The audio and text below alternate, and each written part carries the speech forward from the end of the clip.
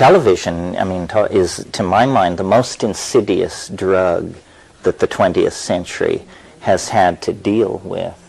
And, you know, it is a drug. It's the first of the electronic drugs, and its impact, if it were heroin, people would be alarmed. I mean, that people are, on average, watching 6 hours a day of TV. And I don't even think it's a content problem. I think television itself is toxic. It's not how many murders you witness. It's the actual This is what McLuhan was always trying to say, that people couldn't understand what he meant when he said that the medium was the message. The message is not the message. The medium was the message.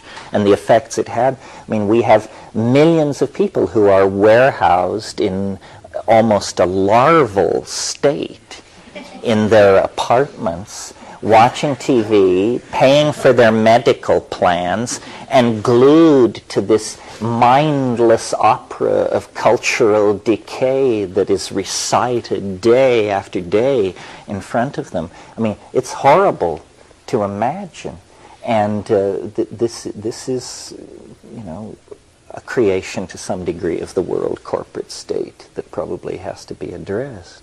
Yeah. There's a wonderful book that's just come out called Media Virus by Douglas Rushkoff that addresses this problem really very well. Have you read that? I haven't read that. I know Doug. His other book, Siberia, is a nice look at cyberculture. Yeah, interesting. What do you think is going to happen with this video, TV, whatever? I think that the most important cultural event happening right now is the rise, the explosive growth of the internet and the web.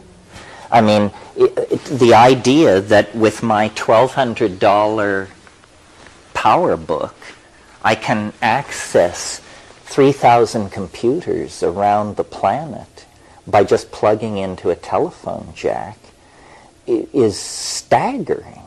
I mean, this is a revolution of orders of magnitude, and that has happened completely invisibly.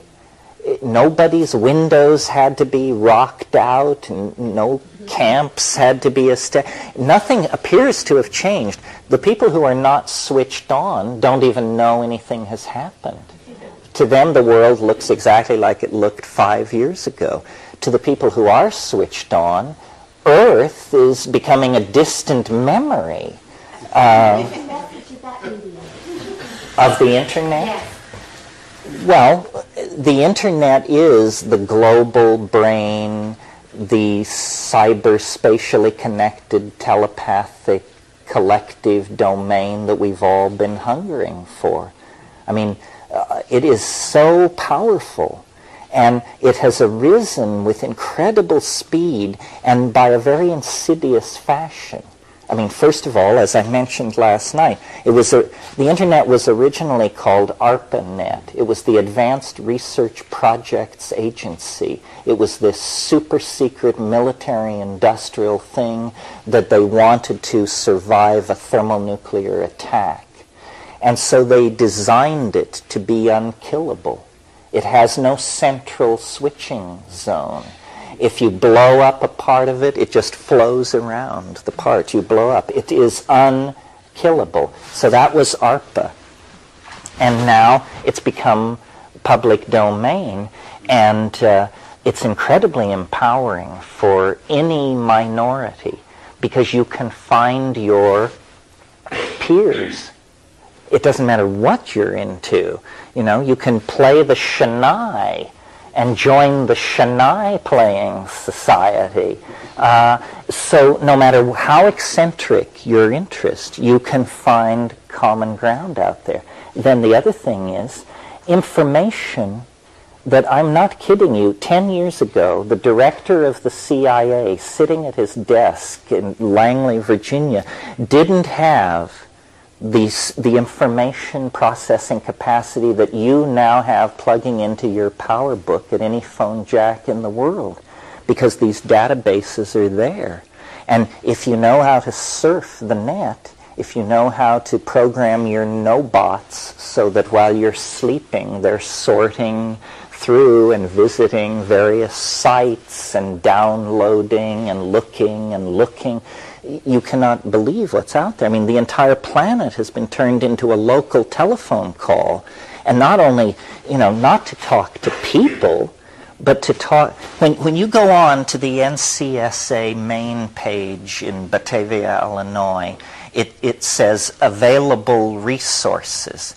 You click on that, and 1,500 computers come on, the names of them, and you just point and click, and now you're talking to that computer. And it tells you that the really interesting thing is being stored on another computer, not in Madrid, but in Singapore. And you point and click. Now you're talking to the main menu in Singapore. You go out onto the net. In the course of an hour of moving on the net, you may circle the planet 10 times and talk to 50 computers all over the world. And you're downloading files and you're tracing your path so that you can go back. And this is happening. It's been happening for quite some time. 30 million people are out there. And because it requires literacy and technology and money, those 30 million people probably are probably only 10% of the people who rule the planet are not on that net. And it's where the cultural architecture is being put in place now. And it's this invisible space, which is where we should have been building all the time. So I think this is the doorway into the new dimension into which we're going, and that these technologies, put in place for no reason other than to facilitate bank transfers and do incredibly mundane things, are turning out to be the seeds of our electromagnetic body in hyperspace. Yeah. Can you elaborate on